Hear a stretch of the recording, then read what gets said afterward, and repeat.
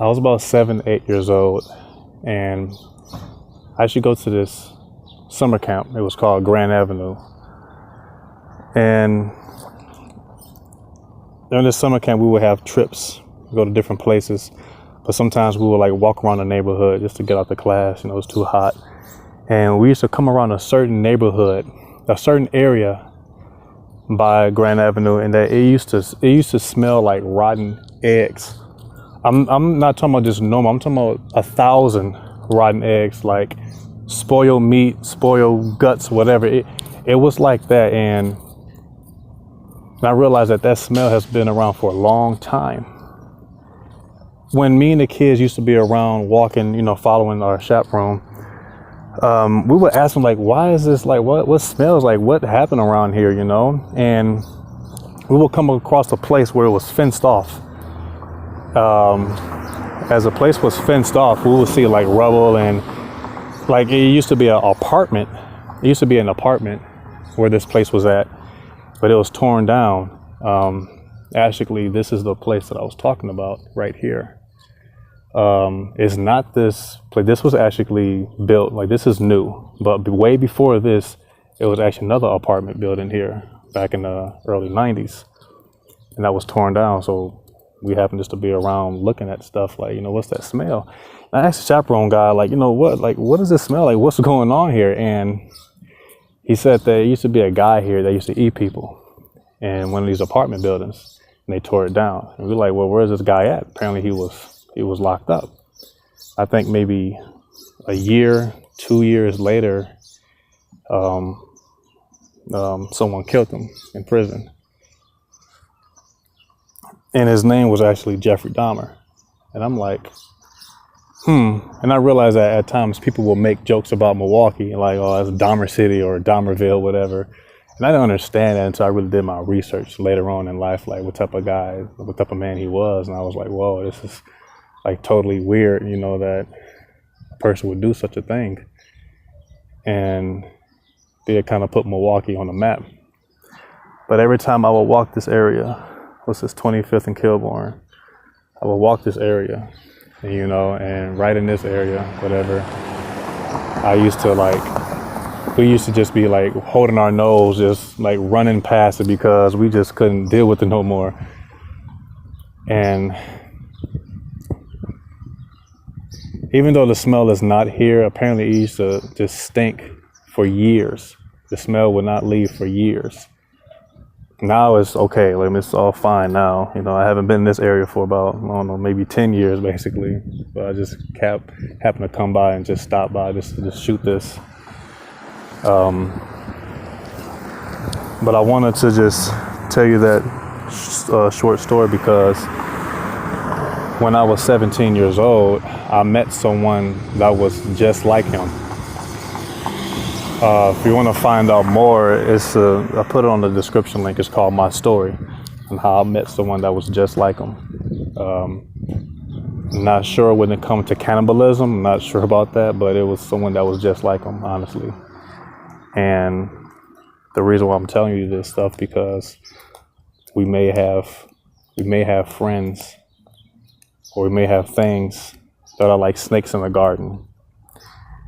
And you don't really see them in your garden, but you will know them just by the signs. You'll know them once you get bit by one. It may become, it's what I'm trying to say is, there may be some friends that you may have or hang around with that you know personally, and they're just there to destroy you. I'm not saying everybody has friends like that. I'm not saying that. But you yourself know that there's many cases you can go on the news or anywhere else where all of a sudden something happened to them because it's at the wrong place at the wrong time with the wrong people.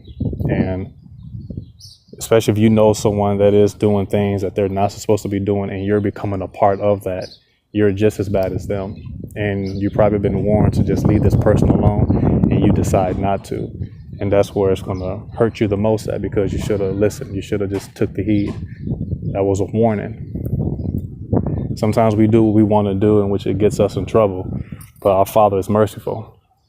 When that happened to me, I lived a very, very fast life. I was 17 years old, thinking I had the world in my hands, doing whatever I want to do. and I didn't know anything about the outside life. I didn't. I just lived. Like I said, I didn't care, whatever, and I just wanted to be happy.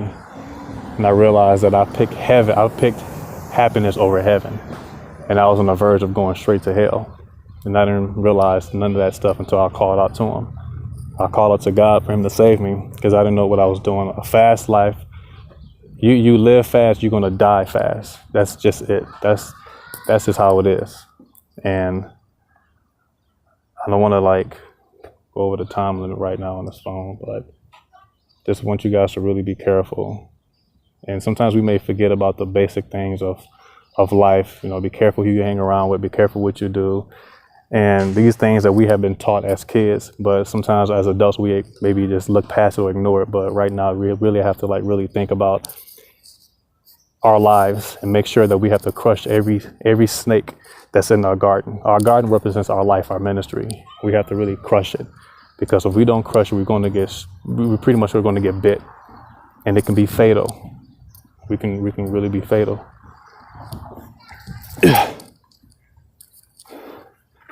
So basically, I'm gonna show you around. So this is kind of like where he used to stay at. Like I said, these apartment buildings are actually new. They're fresh. That's okay. But like right in this area, that's apparently where it was. But at that time, when I was little, like 7, 8 years old, it was just fenced off, and it was just nothing but like just bricks, like, you know, just someone just demolition, like just destroyed it, because it was pretty much tearing down the home. Well, apparently it was an apartment building. So none of this stuff was even here. Like this new fence, like maybe this house, I'm not sure, but like right around here, there was like nothing. Like, but so you just be careful, you guys. So just be careful, you know, who you have as friends, who you hang around with, and what you do. Let us not forget about the basic things of our life. Let's not forget about the basic things that we need to do, and what is really important for us to stay alive and to stay upright. God is merciful, and he really loves you. I hope this will reach out to somebody, just, you know, because it's a dangerous world we live in. And I'm pretty sure maybe you guys do have kids, and you don't want your kids going somewhere or doing something they have no business doing. They're getting caught up, or, you know, find them dead. Or I just hope that doesn't happen to no one. So I love you guys. I want you to take care of yourself.